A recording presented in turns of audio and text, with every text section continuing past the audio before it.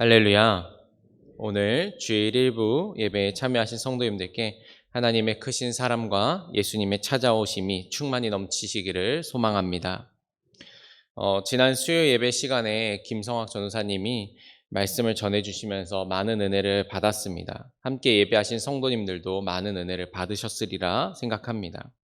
전도사님이 설교를 시작하시면서 참 인상 깊은 조사 자료를 하나 나누어 주셨는데요. 오늘 그 이야기로 말씀의 문을 열고자 합니다. 2021년 9월 1일부터 29일까지 약 한 달 동안 미국의 조사기관 라이프웨이 리서치에서 미국의 목회자 1000명을 대상으로 전화 설문조사를 진행했습니다. 그 조사는 미국의 잠재적 우상은 무엇인가? 라는 질문이었는데 조사에서 목회자 3명 중에 2명이 67%가 안락함을 가장 큰 잠재적인 우상으로 꼽았습니다. 이어서 56%가 미래에 대한 보장, 55%가 돈, 또 51%가 타인의 인정이다라고 답했습니다. 이 조사 결과가 참 충격적인 이유는 이 결과에서 나온 이야기들이 우리의 신앙과 우리의 생각과 대립된다라는 것 때문이죠. 우리는 보통 안락한 삶을 사는 성도를 보면 뭐라고 합니까?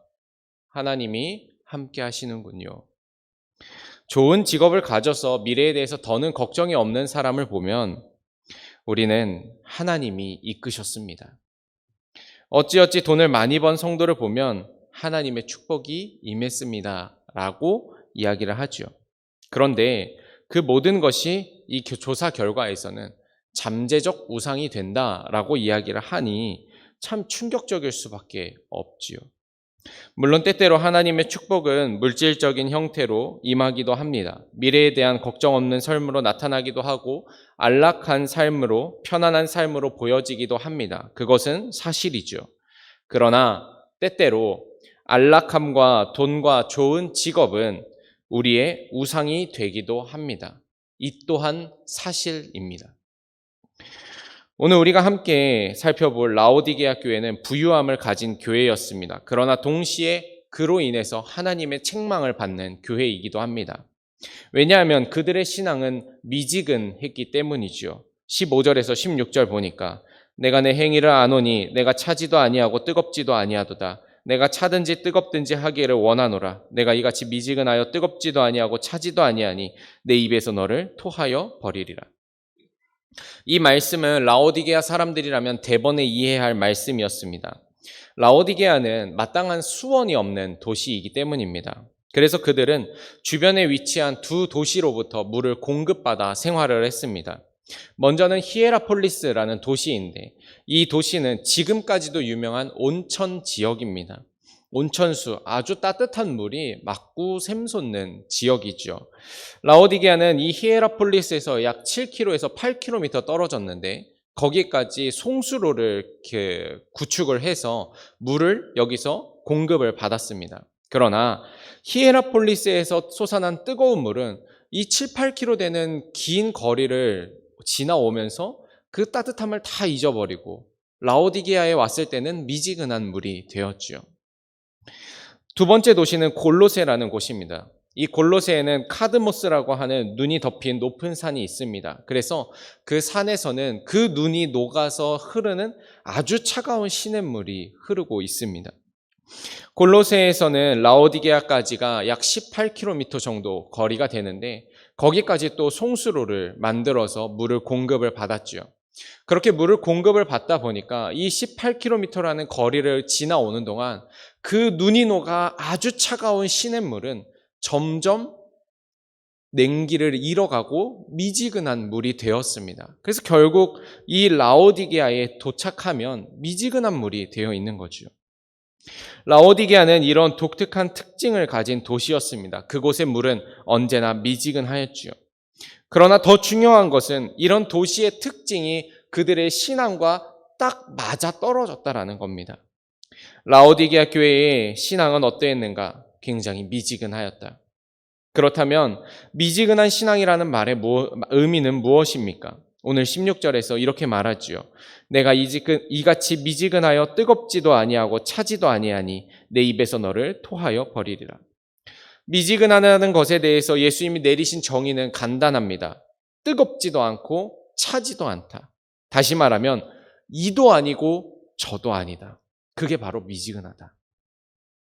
라오디게아 교회와 성도들은 그랬던 것 같습니다. 예수님을 믿는 것도 아니고 안 믿는 것도 아니고 세상에 한 발, 교회에 한 발, 죄에 한 발, 예수님께 한 발 걸쳐 놓아서 흰색도 아니고 검은색도 아닌 신앙, 회색의 신앙이 바로 라오디게아 교회와 성도의 신앙이었던 거죠. 그리고 주님은 이런 신앙의 모습과 태도를 책망하시죠. 강력하게 규탄하십니다.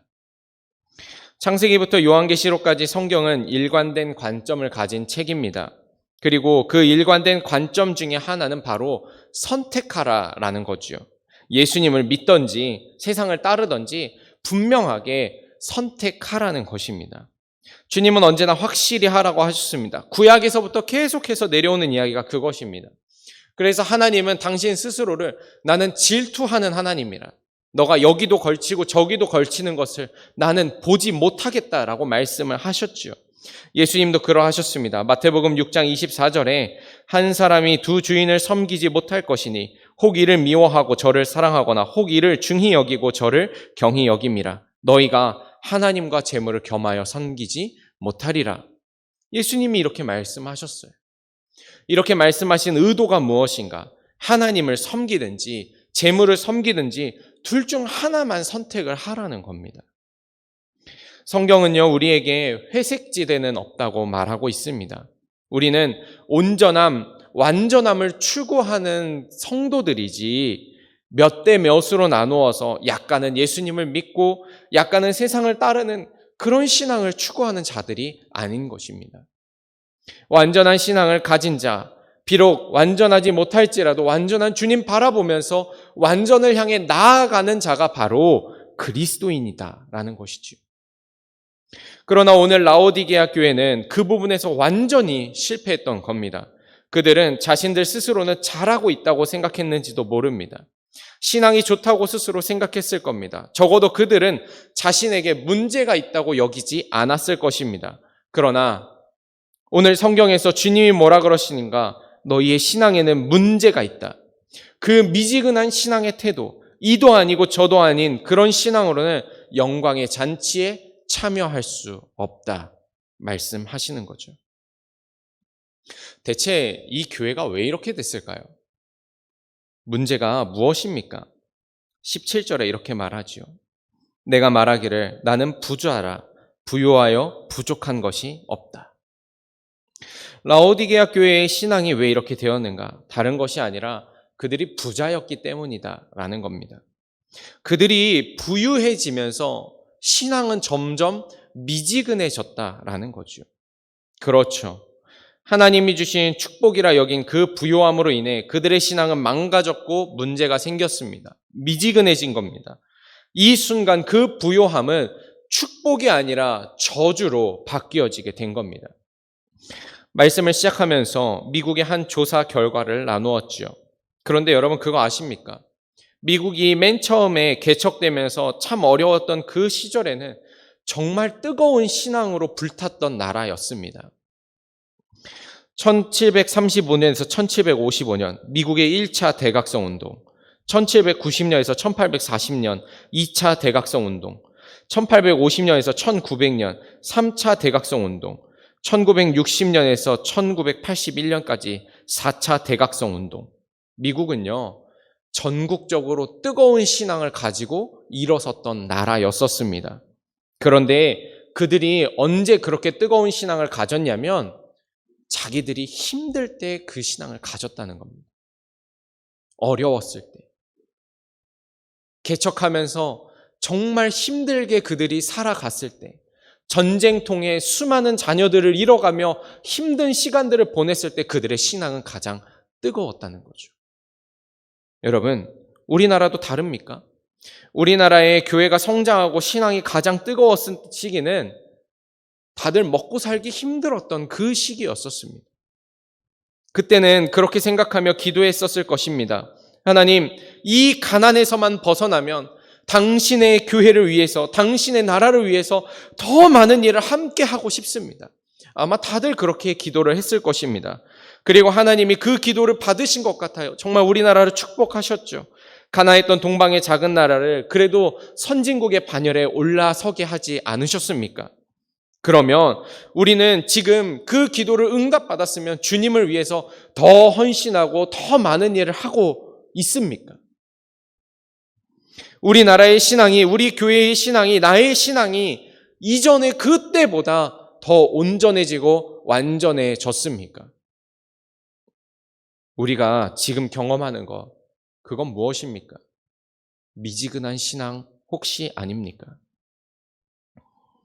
얼마 전 다른 교회에 다니는 한 집사님을 만나게 되었습니다.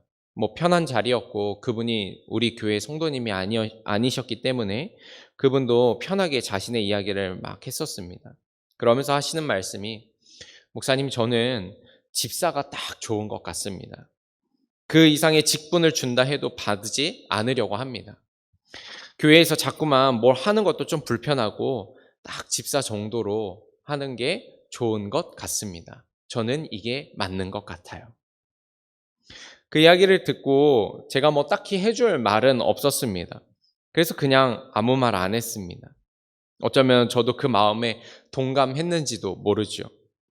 그런데 오늘 라오디게아 교회의 이야기를 읽으며 이런 신앙과 마음이 주님 앞에서 얼마나 그릇된 것인가 생각하게 됩니다. 그렇습니다. 라오디게아 교회는요, 부유했습니다. 그러나 그들의 부유함은 축복이 아니었죠. 그 부유함으로 그들은 미지근했습니다. 세상에 한 발, 주님께 한 발 걸쳐놓고 이도저도 아닌 신앙생활하면서 그래도 우리는 괜찮다, 하나님이 주시는 복을 받지 않았느냐, 그렇게 말하는 것입니다. 그리고 주님은 너의 그 미지근한 신앙과 행위를 기뻐 받지 않고 토해내 버리겠다라고 말씀하십니다. 성도 여러분, 주님이 주시는 축복인 그 부요함이 우리에게 저주가 되지 않기를 소망합니다. 그러기 위해서는요, 오늘 라오디게아 교회의 신앙을 읽으면서 우리의 신앙을 돌아보아야지 됩니다. 부족하고 없을 때 간절했던 신앙이었다면 부요해졌을 때 더 뜨거워지고 완전해지는 신앙으로 나아가야 합니다. 미지근한 신앙으로는 결코 하나님의 축복을 누릴 수 없음을 기억하시기 바랍니다. 혹시 우리 가운데 미지근한 신앙생활 하시는 분이 계십니까?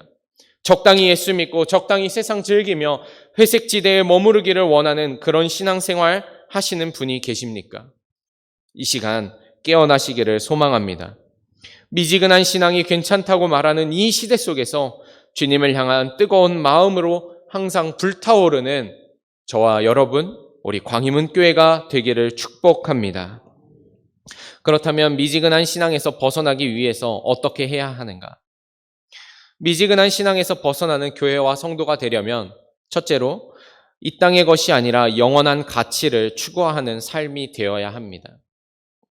앞서 말씀드렸듯이 라오디게아라는 도시가 가지는 가장 큰 특징은 바로 부유하다는 것이었습니다. 라오디게아는 그 주변 지역에 남과 북, 동과 서가 가로지르는 중요한 교차점에 위치한 도시였습니다. 그래서 그들은 일상적인 교역에서 많은 부를 얻을 수가 있었죠. 지리적으로 보면 몫이 좋은 곳, 돈이 모이는 곳이 바로 라오디게아였습니다.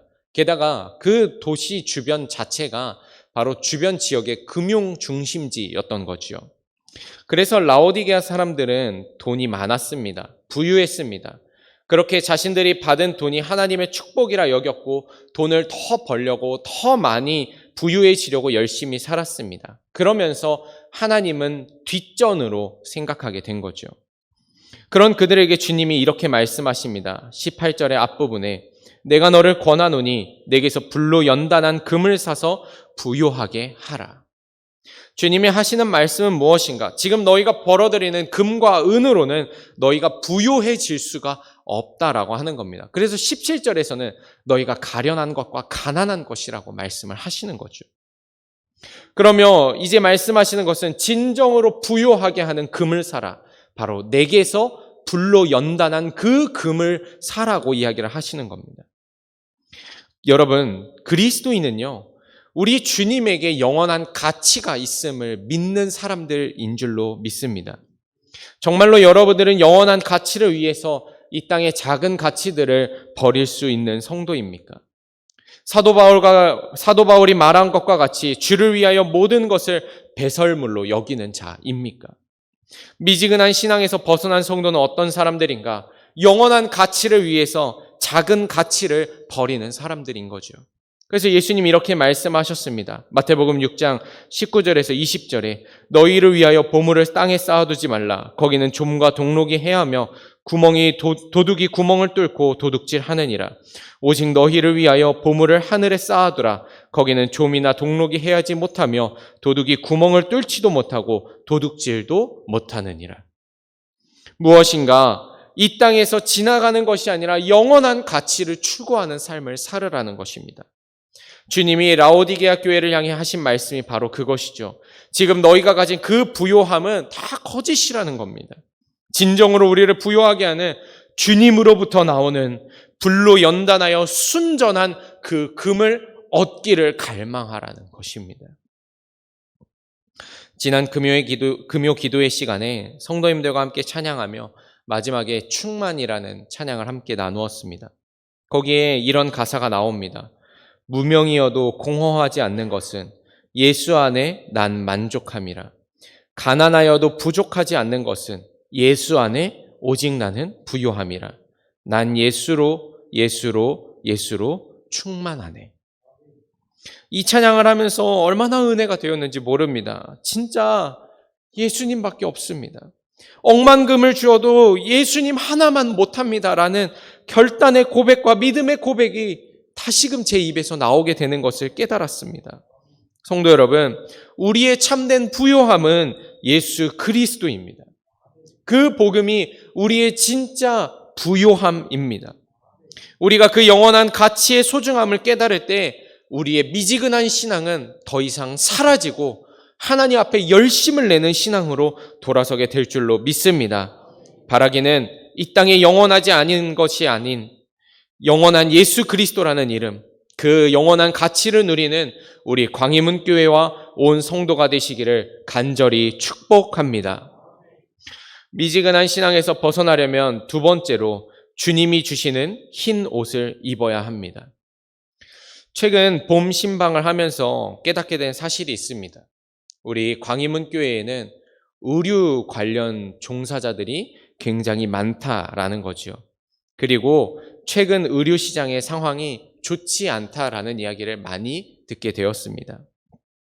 그런데 모든 의류 사업이 잘 안 되는 것은 아니더라 이 말입니다. 오히려 명품의 매출이 굉장히 많이 올랐다라는 기사를 보게 되었습니다. 금융감독원 전자공시에 따르면 지난해 2022년 18개의 명품 지사들의 매출이 코로나 팬데믹 이전인 2019년 4조 1291억 원에서 지난해 7조 3631억 원을 기록했다고 합니다. 무려 173%가 상승한 거죠. 의류 시장이 안 좋다고 하는데 사람들이 명품을 얼마나 좋아하는지 명품 시장은 호황인 겁니다. 오늘날 사람들은 명품을 참 좋아합니다. 명품을 입음으로 자신의 가치가 올라간다라고 생각을 하는 것 같습니다. 라오디게아 지역에도 아주 유명한 명품이 있었습니다. 바로 이 지역의 농부들이 기르는 양응, 그 양에서 나오는 털로 만든 옷이었습니다. 이 지역의 농부들은요, 그냥 흰 양이 아니라 흑양을 길렀는데요. 그 흑양의 양모가 굉장히 고급품이었습니다. 양모업자들은 검은색 양털로 옷감을 만들어서 판매했고, 이는 라오디게아 이 도시가 패션 산업에 있어서도 굉장히 영향력을 끼쳤음을 말해주고 있지요. 라오디게아 사람들은 검은 양털로 만들어진 명품 옷을 입었습니다. 그들은 자신들이 그 옷을 입었으니 가치 있는 사람이라고 생각했죠. 고급 옷으로 치장한 자신들의 삶을 하나님의 축복받은 삶이라고 여겼던 것입니다. 그러나 주님은 그들을 두고 뭐라고 하시는가? 17절에 그들이 벌거벗었다라고 말씀하시며 18절에 이렇게 말씀하십니다. 흰 옷을 사서 벌거벗은 수치를 보이지 않게 하라. 주님은 말씀하시죠. 지금 너희가 입는 그 검은 옷이 아니라 흰 옷을 입으라고 합니다. 흰 옷은 대체 무엇을 말하는가?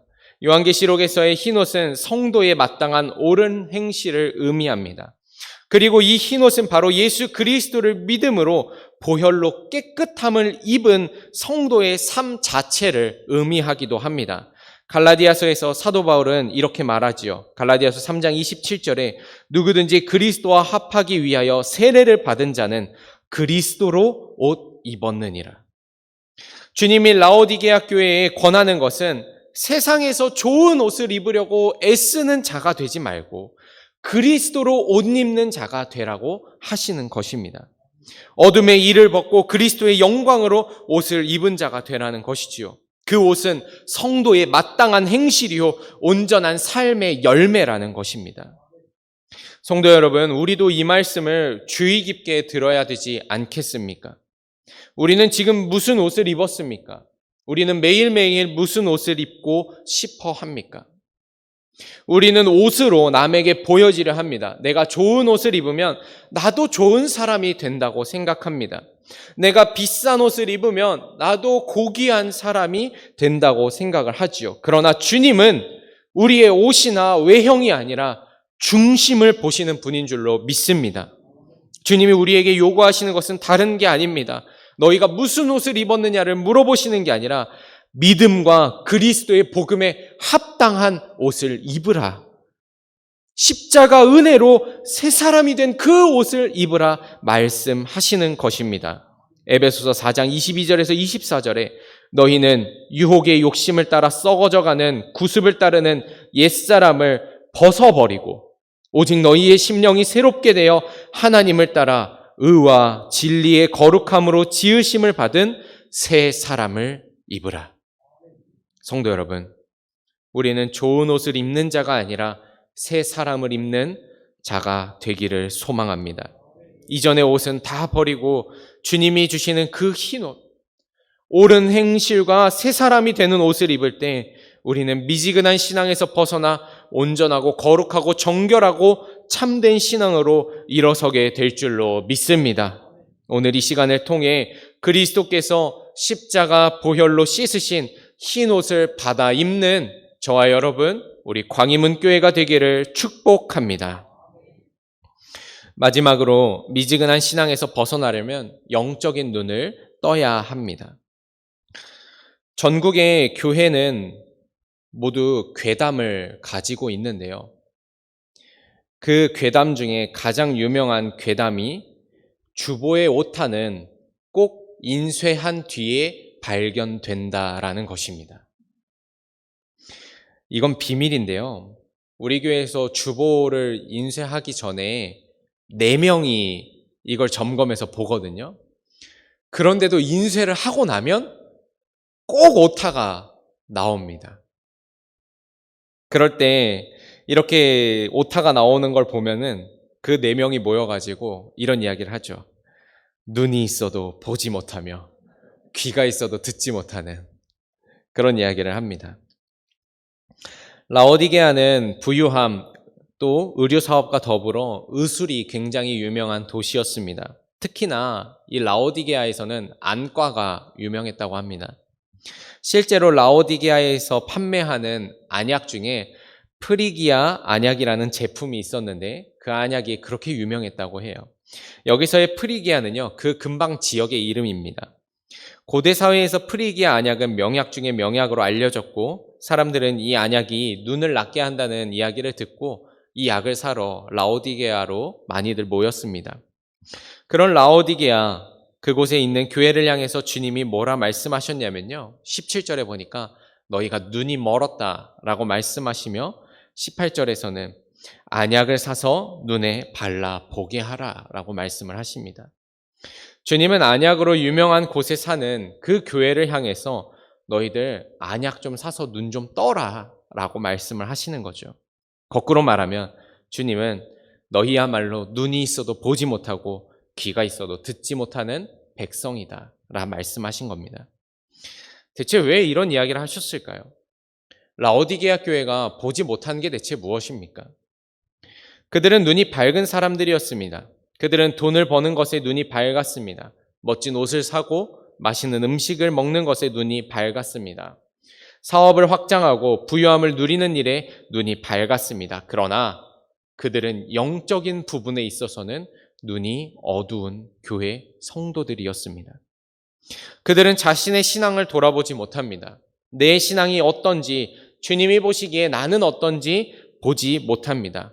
하나님의 뜻을 보지도 못하고 하나님의 앞에서 무엇이 옳고 그른지 깨닫지도 못하는 거지요.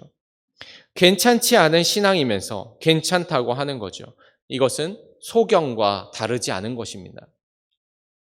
그렇습니다. 아무리 다른데 눈이 밝아도 주님을 보는 것에 눈이 어두우면 그는 소경인 것입니다. 성도 여러분, 우리는 어떻습니까? 혹시 우리는 소경 아닙니까? 저는 이 라오디게아 교회의 이야기가 우리와 크게 다르지 않다라는 마음이 자꾸만 듭니다. 오늘날 많은 성도들이 눈을 어디에 뜨고 있습니까? 어디 여행 가니까 좋다더라. 동남아 어디가 좋다더라. 유럽에 어디가 좋다더라. 어디 지역에 도로가 뚫려서 이제 땅값이 많이 오른다더라. 거기다가 땅을 사야 된다더라. 요즘 주식시장에서는 뭐가 오른다더라. 요즘 유행하는 옷은 뭐라더라.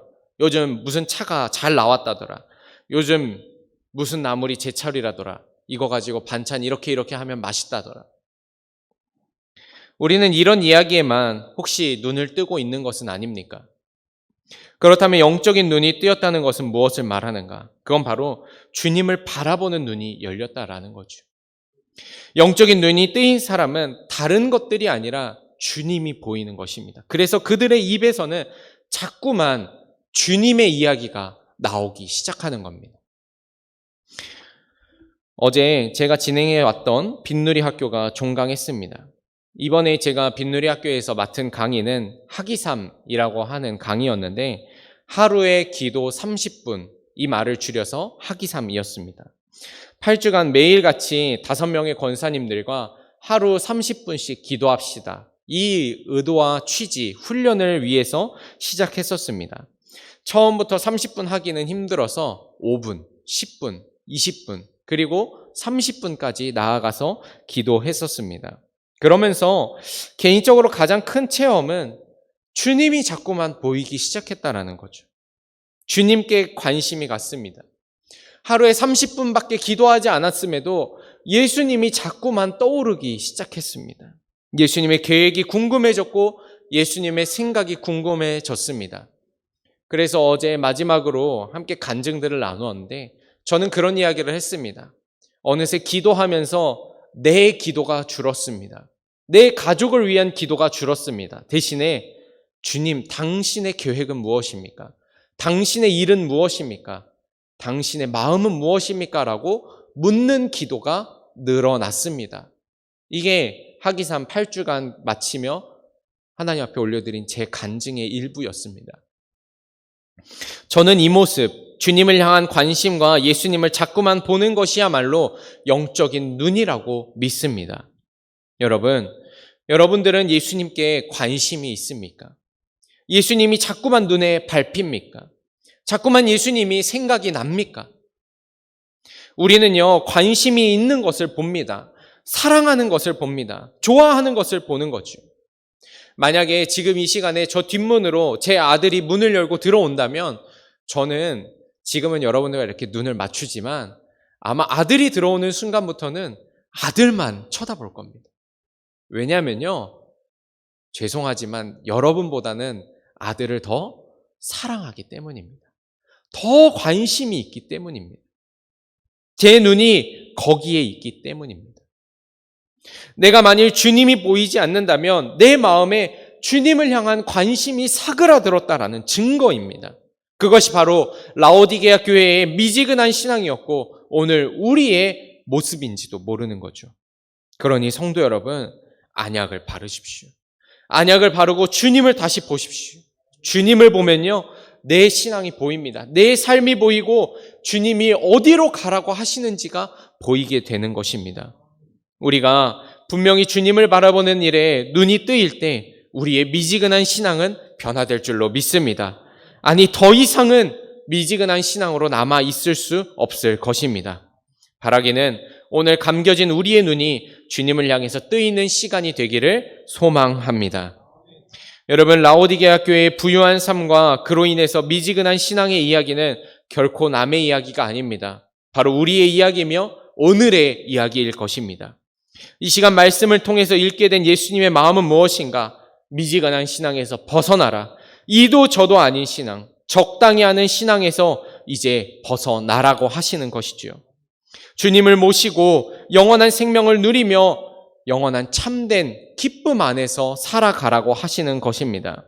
그렇다면 미지근한 신앙에서 벗어난 그 신앙은 무엇인가? 20절에 이렇게 말하지요. 볼지어다 내가 문 밖에 서서 두드리노니 누구든지 내 음성을 듣고 문을 열면 내가 그에게로 들어가 그와 더불어 먹고 그는 나와 더불어 먹으리라. 미지근한 신앙에서 벗어나면 어떤 신앙이 찾아옵니까? 주님과 함께 살며 매일 동행하며 주님과 함께 교제하며 살아가는 그 기쁨의 신앙이 찾아오는 것이지요. 오늘 이 시간 우리 주님이 광희문교회와 우리 마음과 삶의 문을 두드리고 계십니다. 오늘 우리를 찾아오신 주님, 그 주님을 미지근한 신앙으로 돌려보내는 자가 되지 않기를 바랍니다. 이제 영원한 가치를 붙들고 주님이 주시는 새 옷을 입으며 영적인 눈을 뜬 교회가 되어서 주님이 두드리실 때 주님 어서 오십시오. 내가 당신을 기다리고 있었습니다. 당신이 기뻐하는 삶이 되기를 소망합니다. 오늘 나와 함께 식사하시며 내가 주 안에 주님이 내 안에 머무는 그 삶으로 나를 인도하여 주시옵소서. 이 고백하며 우리의 문을 열 수 있는 저와 여러분이 되기를 축복합니다.